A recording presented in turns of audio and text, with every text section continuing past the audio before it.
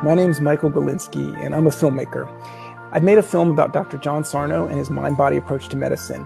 And in the course of taking that film around the world, I met Rose Hoey in Australia and Dr.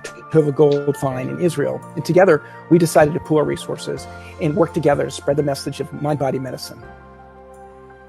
So I'm Dr. Tova Goldfein, and I've had the privilege of helping many, many people in chronic pain and with autoimmune disease take responsibility and live a quality life. And like Michael, I've had the privilege of studying Dr. John Sarno's methods, along with many other doctors that have taken the methods a step further. The movie All the Rage is a blessing, is a mitzvah, and it has helped thousands of people manage and come out of chronic pain. My name is Rose Hoey. I'm an ISTDP psychotherapist and a registered nurse, and I have the wonderful privilege of spending time with patients, helping them to see what they don't want to see, the issues that have hurt them for so long. We are doing this show because we know that you can heal too. Exactly.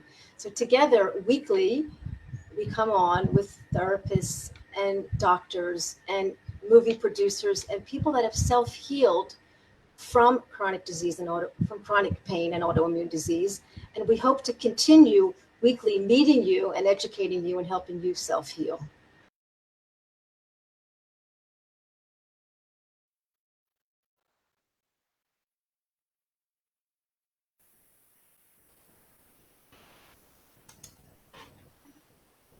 Here we go.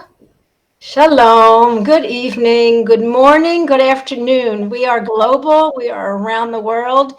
Each Monday night, I am blessed. I'm one blessed person to be here. My name is Dr. Tova Goldfein, and this is TMS Roundtable. And I'm happy to introduce my co-host. Hi, Rose. Welcome. Thank you, Tova. Welcome, world. Today, we are really blessed, as Tova said, and privileged to have Rita and Tamara. Now, they've created a website for patients with CRPS. Now, these diseases or these ailments are really exhausting for patients, terrifying. And there's no way that a patient can actually get help because all the doctors can do is often just try and maintain them. Now, these two ladies met through TMS Wiki, and hopefully they'll tell us a little bit more about that and tell us about their healing journey and what they've done since. And welcome to you both. Thank you for sharing your information with the rest of the world. Who wants to go first? Rita, nurse Tamara. Okay, so I will go first. So I was diagnosed with CRPS in 2016. I first started having symptoms in September 2015. I was one of the very lucky CRPS patients who were able to get a diagnosis within months of the onset, because usually CRPS patients get diagnosed 3, 4, 5, 10, 15 years after the onset of their condition. And by then, the disease, the condition establishes so well in them that it's very hard to make any kind of changes to their condition. So Rita suffered much longer. She can tell about how it was for her. It was definitely not as bad for me. I was able to learn, I learned about Dr. Sarno and his method within less than 6 months after I started having symptoms. And at that point, I knew that whatever symptoms I had, they were so bizarre, they were so insanely convoluted and everywhere in my body that I knew that the only place where it can all be originating is my brain. And I saw myself on every page of Dr. Sarno's book, like many other TMS patients. On every page, I knew it was me. And so I started my journey, and it took me about 2 years to fully recover. and I went back to a normal lifestyle. I'm doing much better than before because thanks to Dr. Sarno and everybody who followed him in his tracks, there is so much you can understand about yourself as you go through your healing process, and you can change your way of life. You can change your attitudes towards life. And now I do better than I did before the onset of CRPS. And so both Rita and I, we met on TMS Wiki, where we both, as people in recovery, were helping others through their healing process. And when I was really, really sick, when I just learned about Dr. Sarno, I decided that if I will ever recover, because at that point it seemed almost impossible, I will write a book about it. And so I did. So I wrote the book, and I self-published it because I couldn't find the publisher to actually publish it. So I put it on Amazon. It is there. And then Rita and I, we connected and we put together a website just to get the word out, to let people know that CRPS is not a dead end. So that's my story. Okay, can you continue, Rita? Yeah, sure. Yeah. So I just first wanted to thank you so much for inviting us to the roundtable, because it's just wonderful to have the opportunity to reach out to this group of CRPS sufferers that are often neglected. So we're really excited to be here and share our story. So yes, there are many similarities between our stories, Tamara and I. I would say, though, I'll try to give just some highlights. Before I ever had CRPS, I had other manifestations of mind, body in my life. After I was married, I had interstitial cystitis, which is a painful bladder condition. And then after my younger son was born, he was diagnosed with autism. And I found myself on this really devastating trajectory of caretaking and advocating, and things really went from bad to worse. My son, he lost all his words, he regressed. It was just so devastating. And during that time, I really started to repress a lot of emotions in order to cope and in order to survive. And I did feel very held hostage by the autism in many ways. And I had to repress a lot of emotions that really weren't aligned with my self-image, that were really quite ugly and unacceptable, especially as a mom. So fast forward 5 years, and I developed mysterious leg pain. And this went on for about a year and a half. Nobody knew what I had. I was at my wit's end. I was bouncing around from different, physicians to PTs, and I was taking up to 8 tramadols a day, and I was really at my wit's end. And one day I was just kind of jolted by the memory of Howard Stern, and I'd listened to him since I was 14 years old. So I remembered that he had dedicated one of his books to Dr. Sarno. So that day I ordered the book, Healing Back Pain. And like Tamara, the day that book came in my mailbox was the day that changed my life. I saw myself on every page. It was just an absolute revelation for me. And so within about 4 months, I was one of those people that had what they call the book cure. But hold on, the story doesn't end there, because there was still more work to be done in my case, especially in the category of emotions. And so a few months later, my brain upped the ante. And this time I developed pain in my big right toe. I thought I had sprained my toe. I didn't know what had happened. And the pain spread throughout my right foot. And then it did a mirror image to my left foot, an exact mirror image, like wildfire in in the span of 1 month. So right there you see brain involvement, the mirror image. Then after some time passed, it spread to both knees, and then it went full body at one point.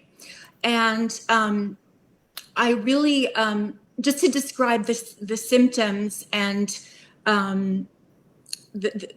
what I was dealing with, I had agonizing, hellish, burning and stabbing pain. And what was even worse was that there were visual, so the immensity of my pain and my agony and these signals coming from the brain were actually altering my physiology so that you could actually see my pain. So there were color changes, there was swelling, there was extreme redness, there were temperature changes, there was bone marrow edema on every toe that they could see on an MRI. So my physiology was actually becoming altered. And really, and I should just back up slightly, there was a 6-month period where I fell down a lot of rabbit holes because I wasn't diagnosed with CRPS right away. I was misdiagnosed with rheumatoid arthritis and Lyme disease and all sorts of things. And so it took me 6 months just to get the label of CRPS, which it's just a label, but that was the label. And so I guess I just want to end it by saying that this all culminated in the summer of 2014, where I was bedridden and I could barely walk. I had to use a wheelchair. I had constant thoughts of suicide. I fantasized about suicide constantly. And fortunately, I called Dr. Howard Schubiner, and he was kind enough to return my call. And that is really that was the turning point for me, because I had the rubber stamp from Dr. Schubiner that this was still TMS. It might be a little more extreme, a more extreme manifestation, but it was still stemming from the brain. And so at that point, the label lost its power. I had the validation, and I realized that if I could do it before, if I could get better before, I could do this again. And so as daunting as it was, I felt empowered. The label held no power any longer. And I knew that somehow I was going to get better, and that I didn't have to use, the CRPS was really serving as a defense mechanism for me to cope once again. And I realized I didn't have to do that anymore. And so that was the turning point. Fantastic. Tell us how you came together on TMS Wiki, because that's another lovely story, really. As you both helped others, as you said, how did it happen? What is interesting that we didn't know about each other while we both were struggling with CRPS. I joined TMS Week in 2016, and Rita was already there. And somehow I kept asking all these questions and nobody was answering. There were a couple people who had similar symptoms, so I really didn't have anybody to guide me through. And then after I recovered, I was off the site for about maybe a year or maybe even longer, because I was working on my book more than, dealing with answering questions. And then I'm coming back and I'm discovering this interesting thread on the wiki, and I'm finding this amazing, eloquent, intelligent, absolutely brilliant poster. And I'm discovering that she also had a CRPS. She had CRPS, and so then I was about to finish with my book, and I thought, well, next step should be a website about CRPS. And so I reached out to Rita and said, so what do you think? And she goes, yeah, count me in. And this is how it all happened. And so I'm doing more of a technology work because that's my background. And Rita is the muse and inspiration. And No, I so was very honored, Tamara.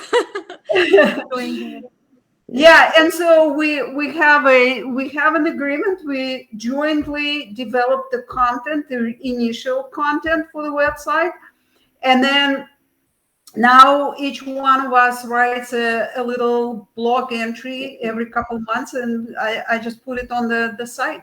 So that's the story. It's And so there is so beautiful. much to tell people about CRPS. There are always interesting thoughts that come to mind, and Rita's blog entries are very humorous and interesting and funny and intriguing. So yeah, I think we have a great time working on it together. Yeah. Yes. Look, one of the things, Rita, that I was interested in what you said about being validated. Could you share how important that was for you to be validated that it was TMS? It meant the world to me, because I suffered from doubt, even though I completely believed in this approach, and I believed that mind-body, chronic pain is most often a mind-body syndrome. I had doubt about CRPS because there was nothing in the literature at the time. This was back in 2013. And there was very little. And back then it was called RSD, actually. Reflexive dystrophy syndrome. Reflex sympathetic dystrophy. And so there was one slight anecdote in one of Dr. Sarno's books, but it didn't really resemble my experience. And by the time I had even contacted Dr. Schubiner, I had been down out of desperation. I had tried all sorts of drugs and nerve blocks, Calmari therapy. I flew to Europe to get bisphosphonate infusions. I had high dose protocol of ketamine, which was really traumatic in and of itself. I had PTSD just from the ketamine. So there was a lot of medicalization that happened and a lot of trauma from the medicalization. And I think that this group of sufferers with CRPS, they have a higher load of trauma and medicalization than most people in most chronic pain sufferers, in my opinion, because they really go through the medical mill looking for answers. And they get traumatized from their treatments because they go doctor to doctor, and as they go doctor to doctor, nobody gives them any actual results. It's all about, let's try this, let's try that, and when it doesn't work, the doctor says, oh, well, it didn't work, but at least we tried. And the patient is left with their pain, which is measured on the scale, the pain scale that usually is measured 1 to 10. CRPS pain goes to 40 points on the extended scale, and childbirth is below CRPS pain. So imagine that people are experiencing the level of childbirth or amputation of a limb, finger or toe, constantly, 24/7 for years. Just imagine to be in that kind of a pain without any break. So people are deeply, deeply, deeply traumatized. And full of fear and full of dealing with, I have no idea, you two have idea, but let me say something about this, because even 15 years ago when I was in America, there was a clinic in the hospital, a CRP, and there are more and more hospitals. This is just for the flip side, because the world is changing. And so there are more and more CRPS clinics in hospital or centers or departments. I've heard of them. And yesterday I spoke to a woman in Israel who, there's a department and a doctor working, and the relationship with the doctor was profound. So this is what I want to say to that, is that it exists. People just continue to look out of the box. And if the doctor would say, well, I'm doing this, this, and this, but I know that there's a center in the other hospital, why don't you check it out? This is all we need, is networking from our doctor to say there's hope. And also for inside of us to know that our body has the capability to heal, and that I'm not going to stop here if I can't get relief. Because some people, thank God, are getting relief, because it is, it's the brain is creating a physical pain and the body is creating inflammation. Inflammation will respond to certain things. It just, I know our show shouldn't be about the medical system, but like, it's changing just so slowly and people are so struggling. Like Rose said before the show, it's like a tragedy.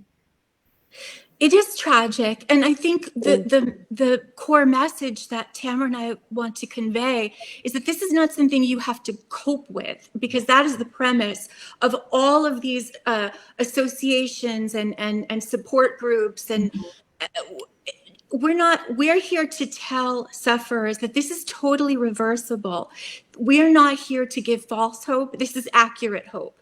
And this is where I think the mainstream medical model is missing the boat. And that's why we're here, to get this message out.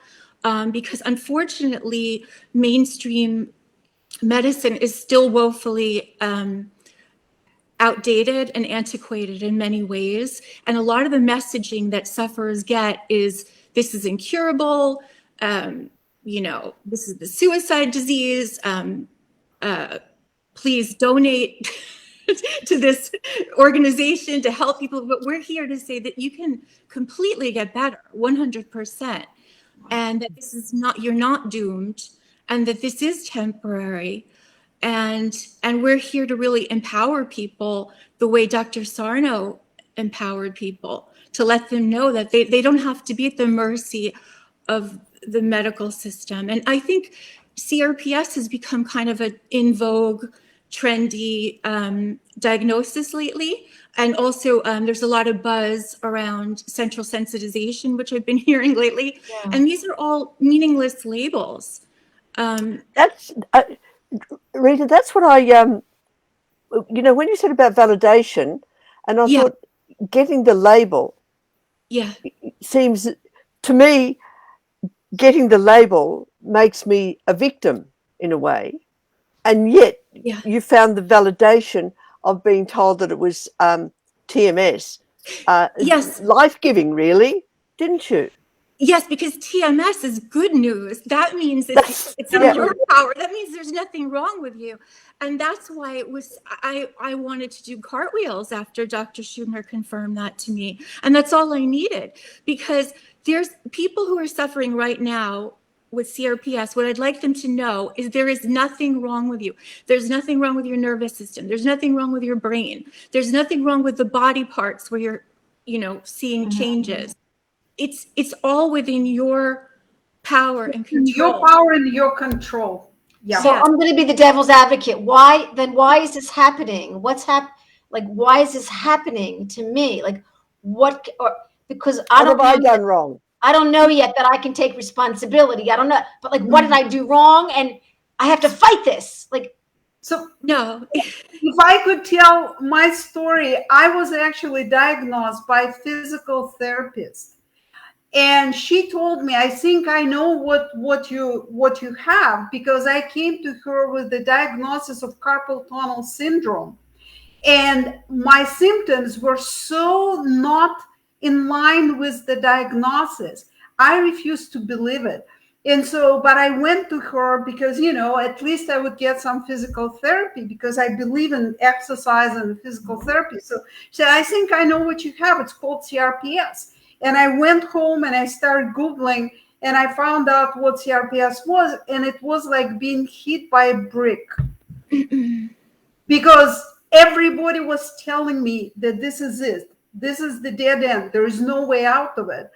And about a couple of weeks later, I got Sarno's book, and it was Mind Body Prescription. And at the very end, there was one paragraph about RSD and somebody who recovered from RSD, and he believed that it could possibly be TMS. He wasn't sure at that time. And so I took the book and I went back to my physical therapist and I said, look, this is the book, and it says that it's a mind-body condition. And she says, don't tell anybody about it, because they will believe that it is all in your head. And I thought, well, if it is in my head, I know how to fix it. I can fix it. I have control over my head. But if it is control over your body too, in the end. exactly. And that was for me. And so, and she was like, don't tell anybody.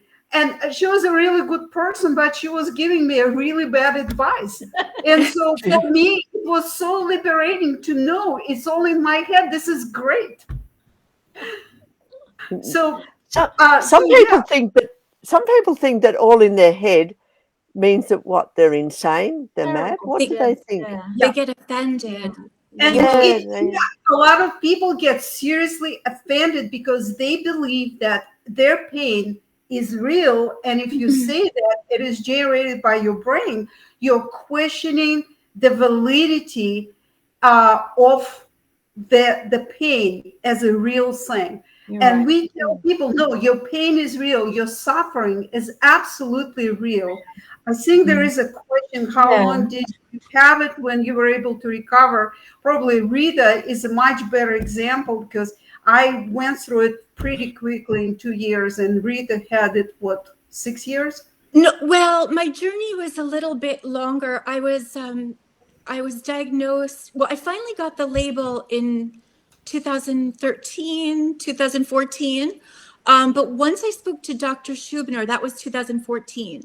So within the next couple of years, I had a gradual trajectory of betterment. And I was, I knew I didn't pressure myself. I didn't put timetables on myself.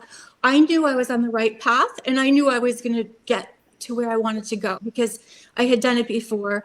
And so I think my journey took a little bit longer because I was going through a divorce at the time, a 2-year-long divorce process. I have my younger son is severely autistic. So on a day-to-day basis, I was in the stress response quite a lot. So I think that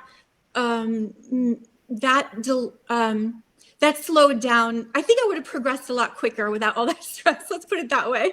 Probably would have taken me about a year. Or you got stronger, and proved that you can, however you want to say that. A few months after I was bedridden, I was going to the grocery store. So that was already, I took satisfaction in that. I could see that I was making progress. Mm-hmm.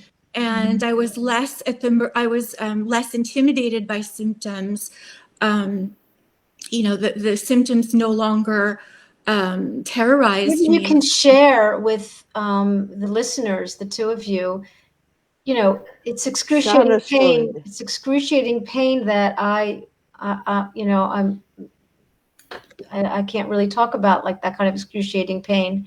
What in those moments?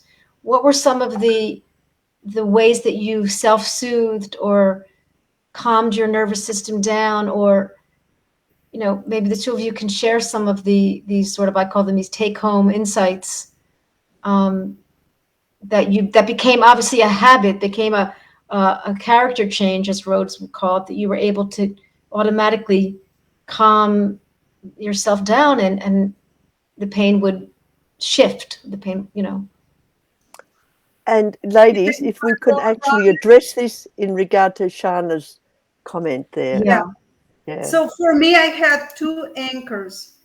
I had a family that I knew needed me. And then I had a job that was providing me with health insurance. And so I knew that I had to crawl to work, no matter how sick I was. I had to pretend that I was doing okay, even though I got to the point that I could not handwrite anything. I could not sign a check. So I would just go to work, and I was figuring out how to not write in front of people. And I could barely type, and my job required writing things and typing things. So I was just pretending to people that everything was okay. And those were 2 things that kept me alive. And I would spend the whole night not being able to sleep, crying and just beating my head against the wall from pain. But I had to get up in the morning and go to work. And that was it. What was going on in your brain? Like, obviously something was going on because you got better from acting like you could handle, like, explain that a little bit. So it is interesting. People often ask, I have this severe pain. I'm thinking about taking time off work and basically focusing on getting better. And I think a lot of it depends on personality. I do believe very firmly that each person has to be their own doctor and figure out what is the best for them, because you are the only one who knows everything about yourself, except maybe for some of the facts that you don't understand because you don't look from outside. And that's what Dr. Sarno gave me, that look from outside. When I looked, he kind of put a mirror to my face and said, well, honey, you have anxiety and you are not dealing with it. Honey, you have some really personality, kind of a mental health issues that you need to address. And that was very helpful. But, other than that, you are the one who understands what is the best for you. So to people who want to take time off work, I usually tell them, when you're making this decision, you have to clearly understand that while you're working, it gives you distraction from the pain. When I was at work, I was still in pain, but I had something to go to other than being you had a purpose. Cocoon of absolutely maddening pain, because when you have fire ants crawling under your skin, in my case, it was just arms and shoulders, but some people have it all over their body. So there is no part of the body that is spared from it. And so the only way is just to get distracted by something. And the other thing is you have to have a purpose in life, because otherwise the only way out of CRPS is suicide. And many people actually do that. Yeah. Terrible. Rita, what are some of your, I'm sorry, Rose. I'm just commenting. Yeah. Can we actually talk to Shana, because we've got someone who's had it for 20 years. Yes. Can we have a look at her comments there for a moment? She just said that she's, if you have any other questions, Hannah, you can ask Rita and or Tamara. But you said you've been managing it. So obviously, managing is her interpretation. I do want to say that when you were working, the brain was believing on some level that you were okay. That's a neurological pathway that the brain was working and doing and being productive. And don't you agree, Rose? That Yes. was also. Well, that's true, isn't it? Yeah. So part of you says, yes, you're okay. And the other part says you've got a problem. Well, I had the knowing that I knew intellectually that I was completely fine. And that knowing gave me peace of mind. And so at that point, I took responsibility and I was happy to do so. I was happy to not have to rely on the medical system or the alternative world that had just traumatized me. And so I think initially, you can only do your best. You have to have a lot of self-compassion. So in the beginning, if all I could manage to do is make my kids lunch for the next day, I took satisfaction in that. And it really came down to, shifting focus towards my life and not babysitting symptoms all day long. Good point. My life had to be more compelling. And so I really focused on doing what I could do that was productive and what I could do that was enjoyable. And also, I really worked on cultivating safety in my life in order to help my brain calm down and realize you're safe. And that also included contending with difficult emotions that my brain had deemed unsafe. And they were very difficult emotions I had to address. I had therapy as well with a TMS therapist for about a year, once a week. I also had to dismantle a lot of the false beliefs I had about myself and about, I had a lot of doubts about myself and my life. At the time, I felt very disempowered in my life, very trapped, and very held hostage by my son's autism for many years. And so I had to really think of, how can I live more in alignment with myself, where I'm feeling more empowered and living more authentically, and happier and with more meaning and joy. And so I had to keep shifting my focus to my life and what I wanted. And I had little tricks, like you do have to work on your thought habits and your behaviors. And so I had mantras and affirmations. Like I would tell myself, shift. When symptoms would overwhelm me, I would say to myself, shift, so I would shift to what I was feeling inside, or shift to what I was doing in my life.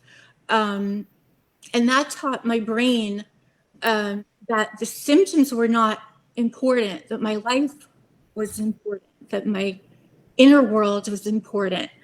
And so in so doing, I disabled the TMS strategy in a sense. And of course, I kept reminding myself, you're fine, you're okay, you're safe, you're healthy. This is temporary. And I really believed it. I chose to believe. And at the end of the day, it's a choice. Belief is a decision. And I would not accept the dire prognoses of the medical industry. And I would not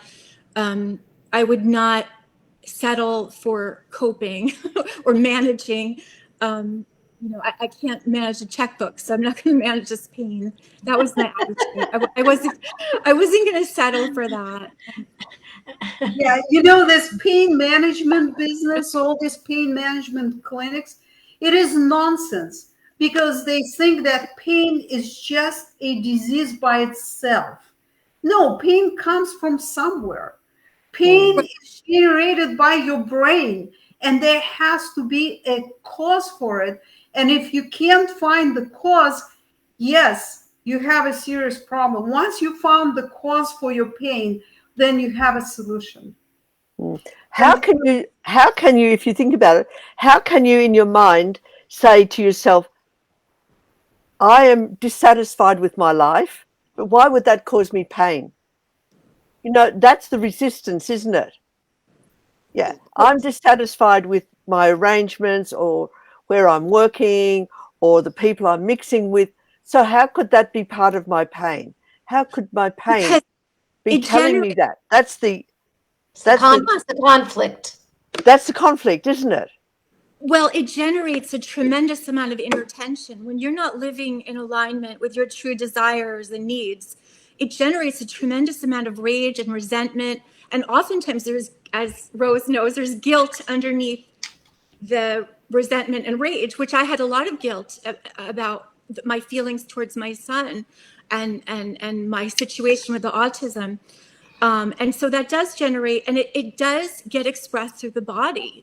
They take on these somatic pathways in the body. So what you're afraid to address, what you're afraid to face, or what you're avoiding gets shunted into the body. And after all, the body is just an extension of the mind. They're inseparable. So yeah. For people out there that can't make that connection, is where I'm coming from, that how can my feelings or my emotions be related even to my dissatisfaction? That's another block as well, isn't it? My dissatisfaction with what I'm doing in my inner life, how can that be related to my pain? How can that be related to what I need to change? It's like, for patients, especially newly undiagnosed, it's a whole bottle of confusion, isn't it? There's just a huge sense of confusion within their system, where like they're trapped, as you said. Yes, there's all these sensory distortions going on, and there's all of this tumult and overwhelm emotionally going on. And there is a general framework, and I had to address every aspect of that framework. I had to make pragmatic changes, and my very practical changes were necessary in my, not everybody's different. That was my journey. Everybody's journey is unique, but in my case, I had to work on every area. So I had to make some practical changes so that I could reduce stress in my day-to-day life, that I was happier, that I was living a more fulfilling life, that I had more joy and more love. I really had to make some changes there. And then I had to address the emotions that I was repressing. I had to really work hard on changing my chronic habitual negative thought patterns. I had to become aware of those thought patterns. I had to work on some behaviors. I had to really consistently maintain a certain mindset, which that requires a lot of patience and practice. I had to maintain a mindset of sort of equanimity and indifference towards these symptoms. And I had to really believe that it wasn't going to be forever, and that I wasn't going to feed into the strategy by reacting in fear. Wow. Could we expand a little bit more about the awareness of your thought patterns? Because this is one of the blocks that I see with patients. When they become aware of their thought patterns, they then want to criticize themselves for having the thought patterns. So what I would like to emphasize, I can't emphasize it more, can't emphasize it enough. You have to become mindful of your way of thinking. You have to become mindful of how you react to the world. For myself, I knew that I have a tendency to catastrophize everything. The danger in my mind is usually much bigger than the real danger. So I learned how to make that adjustment. And it's interesting enough that it really helps me in my day-to-day life. A lot of times, instead of going up in arms over something that is threatening, I make an adjustment. I go, well, not really. The danger is not that bad. And that brings my nervous system down a little bit, a notch. And so that mindfulness over my reactions is very important. And I started meditating. I actually went to take classes on meditation. I started meditating. If somebody told me before I got CRPS that I would be able to meditate, I said, oh, come on, nonsense. I'm one of those people who can't sit still for more than 2 minutes. And so don't tell me I can meditate for an hour. I learned how to meditate. I can meditate for an hour and a half now. No way. Absolutely. And so meditation immediately got me, not immediately, I usually saw the result of my meditation session the following day, but it got me out of that jittery state of mind that I actually experienced for years because I had a lot of stressful events preceding my CRPS. I had really terrible insomnia. I had a history of migraines, back pains, all kinds of things. And then it all resulted in that crescendo, one big hit with CRPS. And so meditation is what I credit for my eventually recovery, meditation and mindfulness, watching myself from outside and telling myself, things are not as bad as you think they are. Your pain is not as terrible as you think it is. You'll get better, because doubt rose to your initial question about doubt and validation. It was so important to me to know that that little me who is so incapable of anything can actually succeed in beating down the CRPS. That monster that was so powerful, and a little me was actually able to do that. I have to apologize. I have a problem with computer. I have to sign out, and I will be back in a minute. Come back in, because then I want to talk a little bit about the monster. Yes. Shana, could you please share with us how you've managed for 20 years? Because your story is so common, I'd imagine. Yeah. So can you just, unfortunately, we can't bring you up. Yeah, I don't know if you want to come up. See if Hannah wants to speak. I just met her. She took the flyer and put it on her Facebook page, and I think she had contacted us a while ago. She thinks she lives in Israel, and so maybe she'd want to speak about it. But I'm really happy that she came to see that that there's hope and that there's healing and it can happen. And I do think that it comes down to, like Michael Galinsky will talk a lot about, your authenticity and you're able to love yourself and love your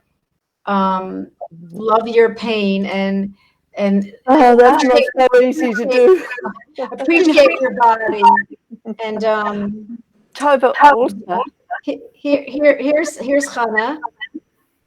My accident. Well, I'm getting a little echo, so why don't you speak, Rose? Can you speak? Okay.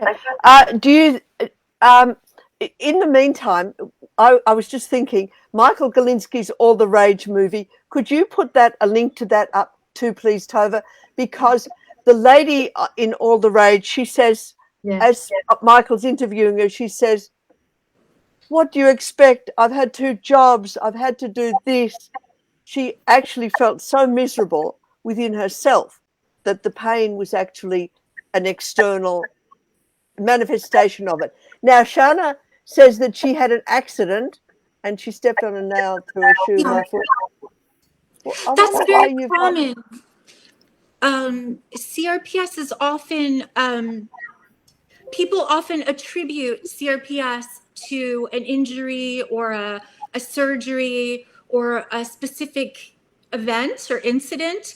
But the truth is that is not the expression, correlation is not causation. So Hannah's brain was most likely already primed.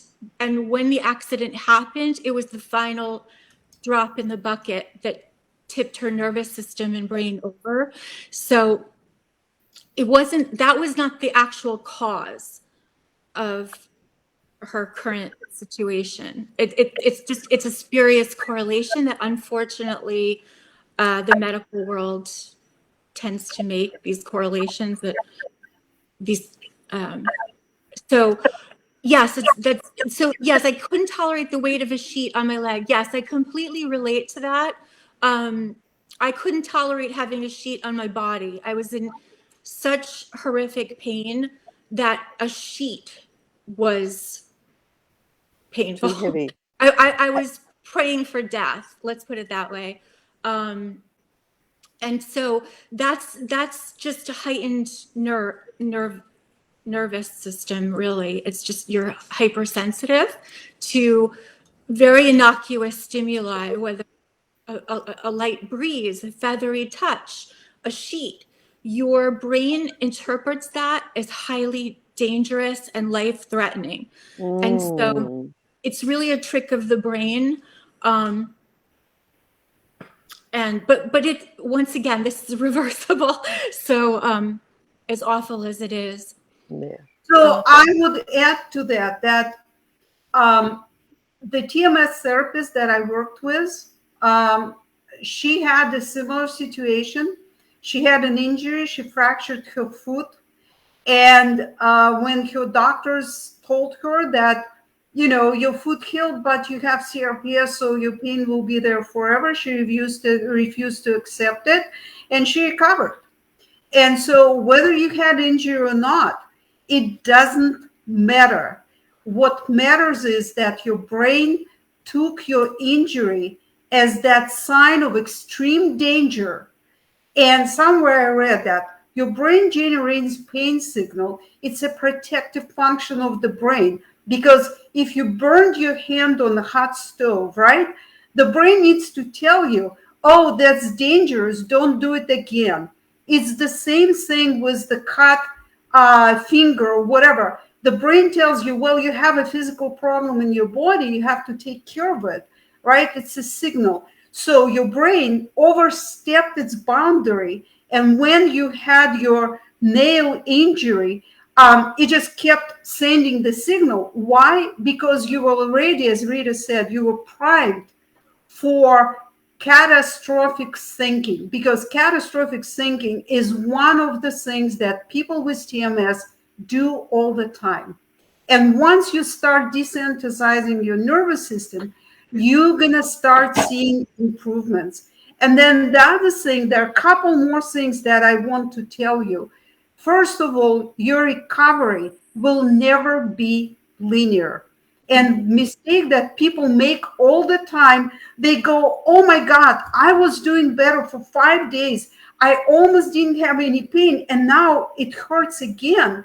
So there is no end to it. There is no solution. I will never get better.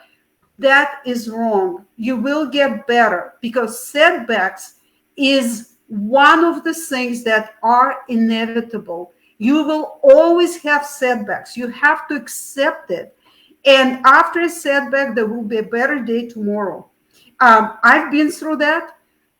Rita, she's nodding her head. She's been through that. Dr. Sarno had a name for it. It is called extinction bursts. You will get flare-ups, but you have to stay the course, because eventually they will become less frequent, they will become less extreme, and you will get better. You have to stay the course. And the other tip, also very important, you literally have to continue telling yourself, I can do it. You have to look for every reason to convince yourself that you can do it. I literally brainwashed myself into thinking that I can do it. I celebrated every little improvement. If I did not have pain for 25 seconds, that was a win.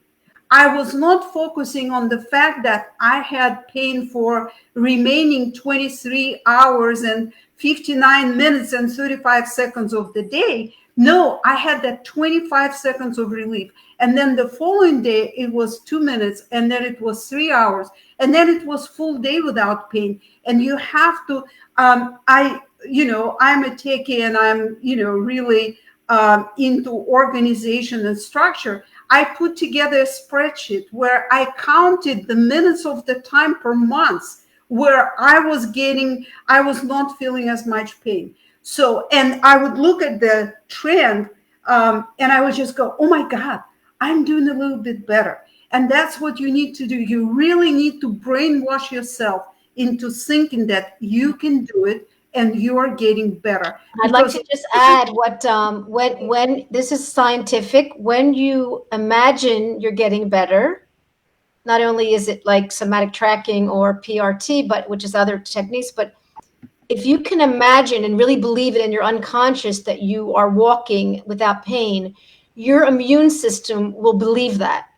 Like, it's not like, there's tricks to the nervous system, and you learn this, and you're able to, and then it becomes a thought process. It becomes a neural pathway.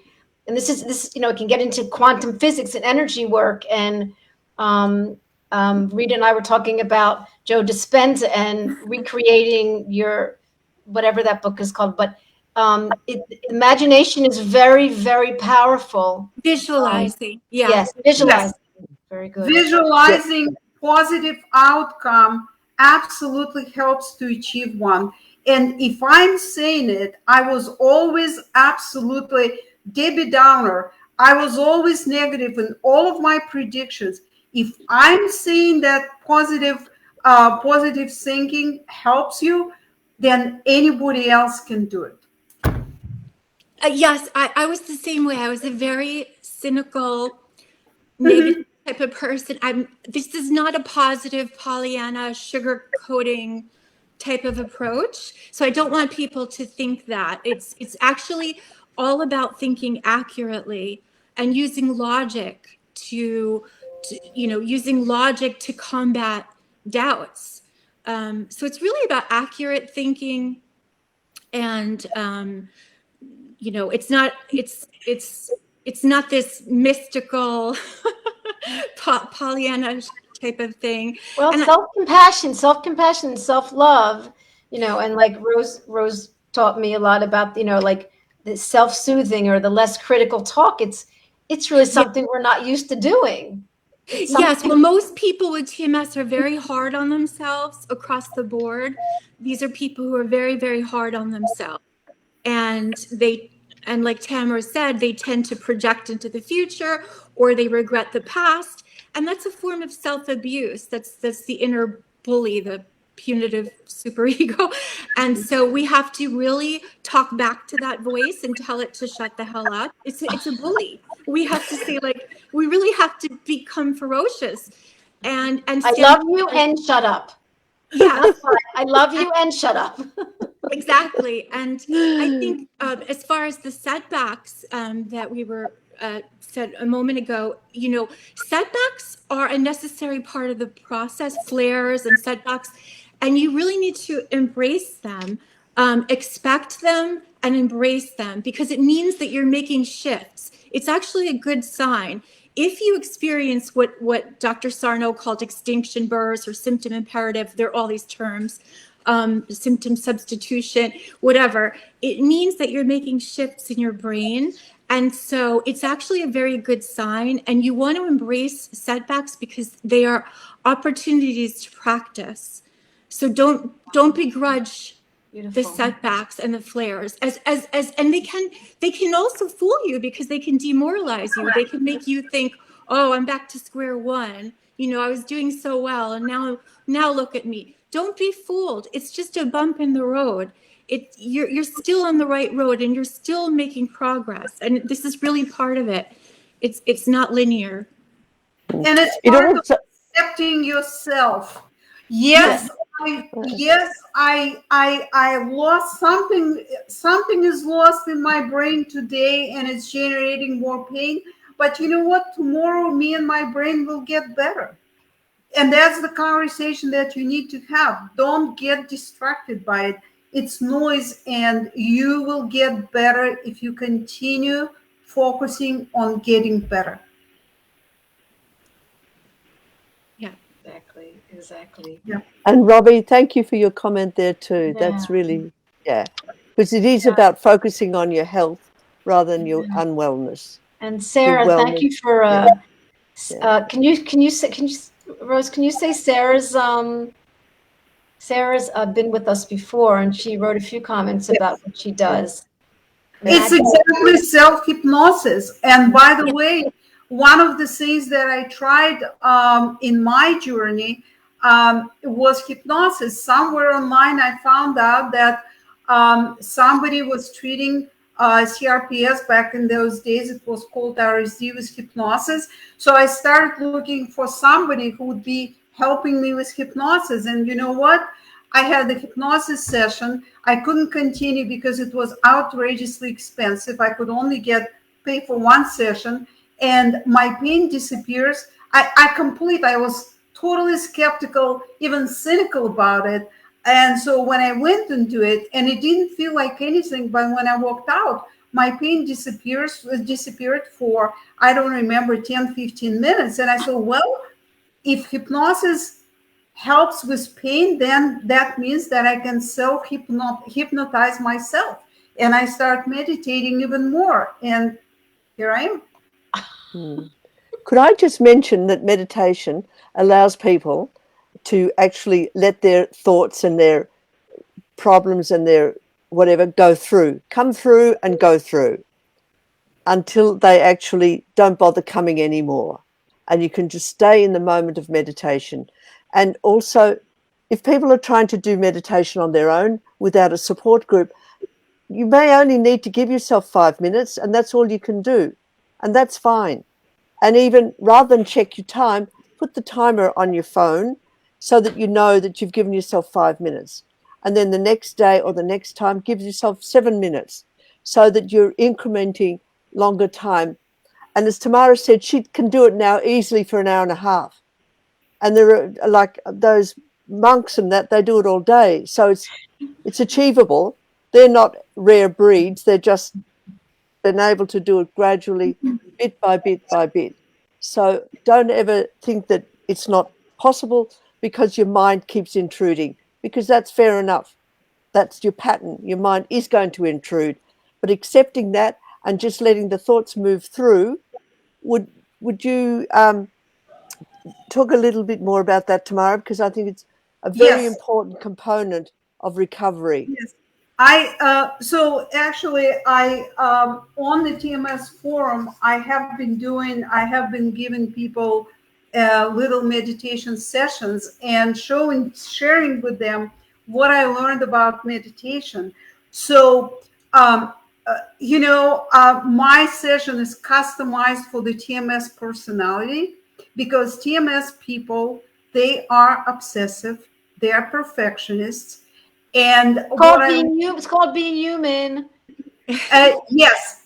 And what I learned from my own unsuccessful attempts was that following the rules was not my way of learning meditation, because each time I would follow somebody's rules, I would be paranoid about missing some small step.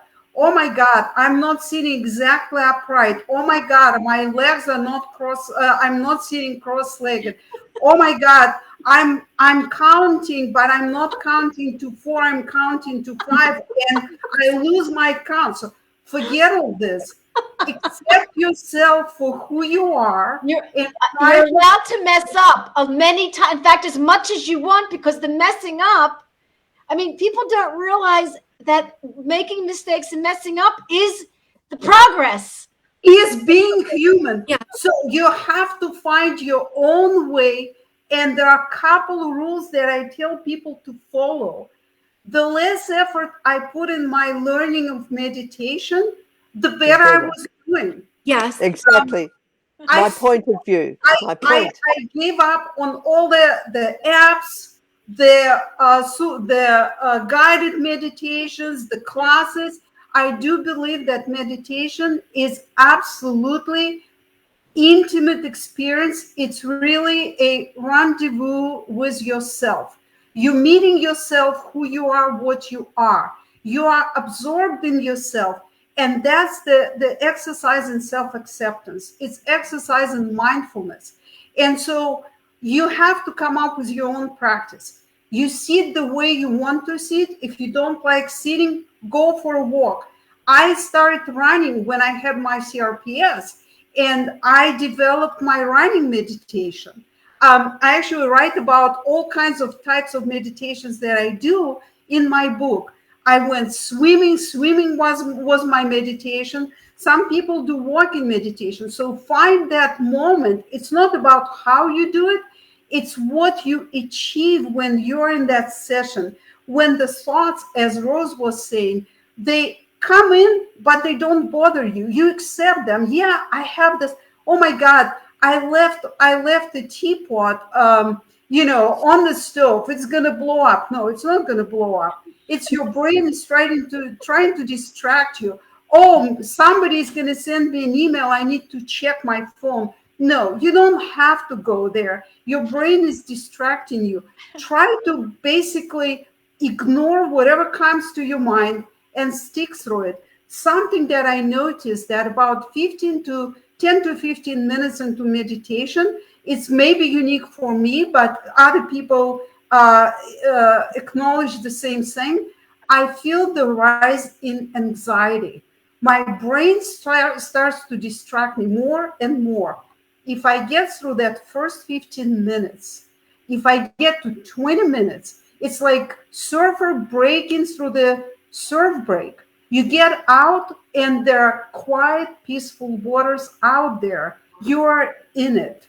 You are in the meditation. So don't discard yourself if you can't sit for more than 5 minutes. Just keep trying. Try next day. Try day after.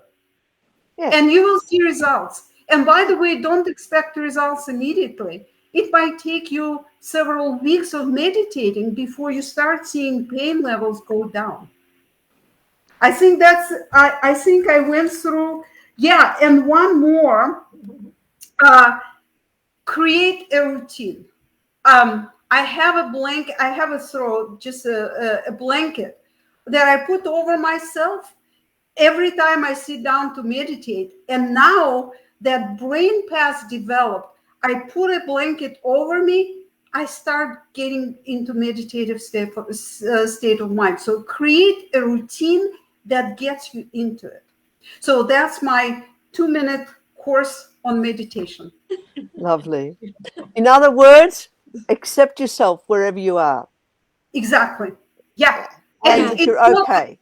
You as a are human not being. bad and you're not good. You are who you are. You are not the best person out there. You're not the worst person out there. You are a human being that just making your way through life the best you can. Beautifully said. Mhm. Thank you. I'm That's a so beautiful. inspired. I'm so inspired tonight. You ladies just are blowing my mind. I'm so inspired. I mean, Thank you, Tom and Rose. We so much appreciate this opportunity to get out and actually tell people. We would talk to anybody who wants to listen. Yeah, absolutely. I really appreciate this opportunity. It's a right. pleasure. It's been a real pleasure. And Yeah.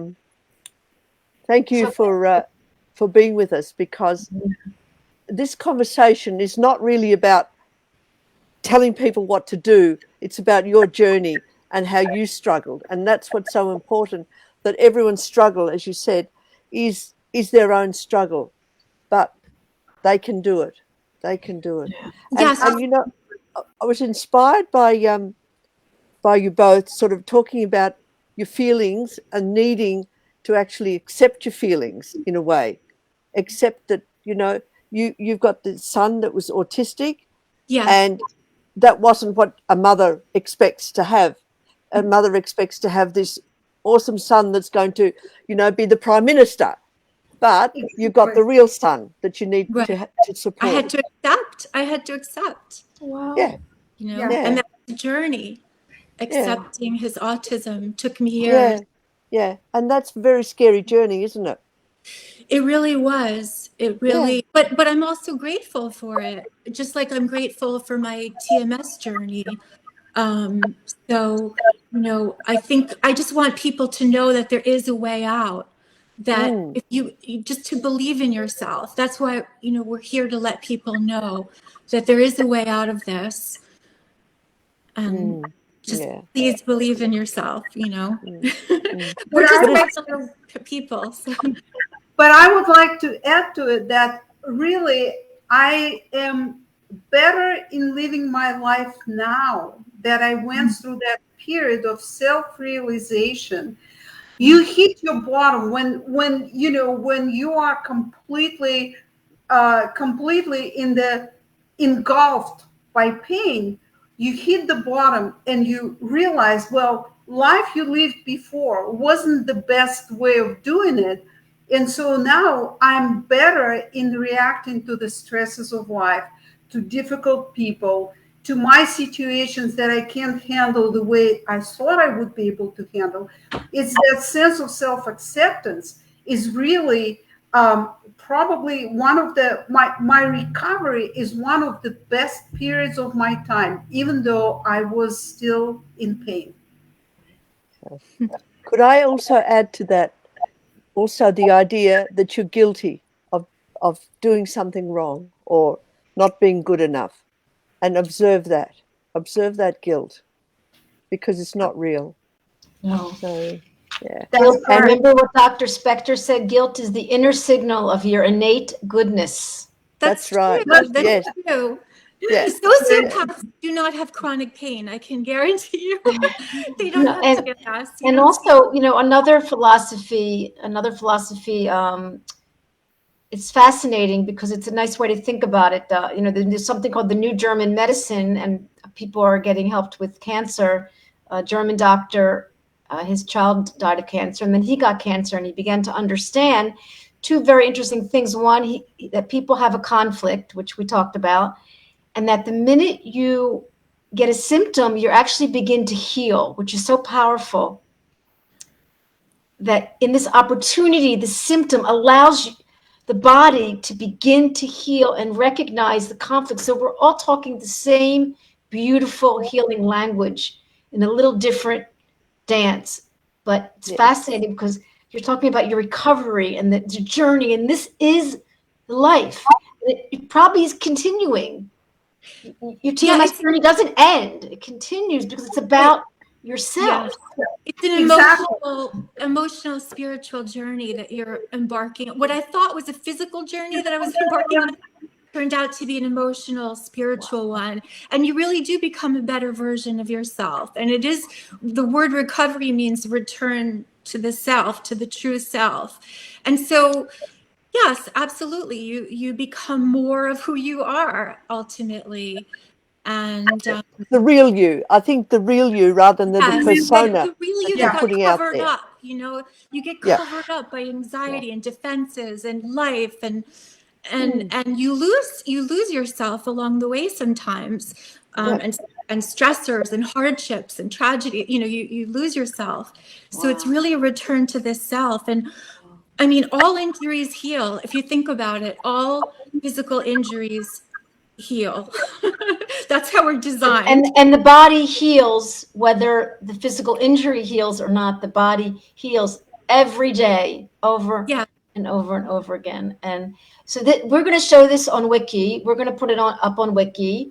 And this is the kind of show, inspiring. I know Rose and I are really happy that we're going to maybe show it on on a Facebook and bring you guys back for more Q&A. Just so inspiring. I mean, like, thank you.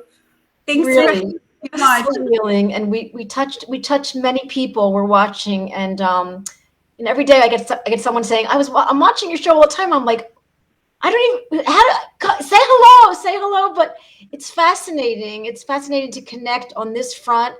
Thank you to the internet gods. That is true.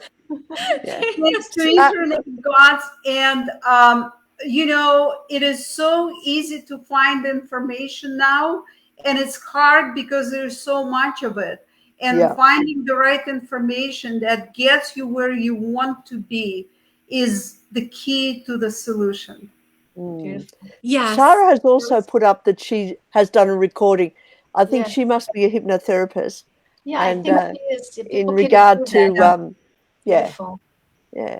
So that's there for anyone who wants to to see it. Wonderful. And thank you both, ladies. Thank you so much. Thank you so much for having us and inviting us. We refer anything. Oh, Tova, have you put up her the ladies? Yes, it's already on our Facebook page. Their website. Okay. Can you pop it up again before we go? www.defeatcrps. Yes, as one word, defeatcrps.com. And I would like to wish the best of luck and the best of success to everybody who embarks on this journey. And just be strong, believe in yourself, and stop doubting yourself, and you will succeed. Beautiful, beautiful. Okay, we'll see you again. This is not the last time we're going to be side to side on the internet. We will see you all again. Thank you, Rose and Tamara. Okay. Bye. Bye. Have a great day. Bye. Take care.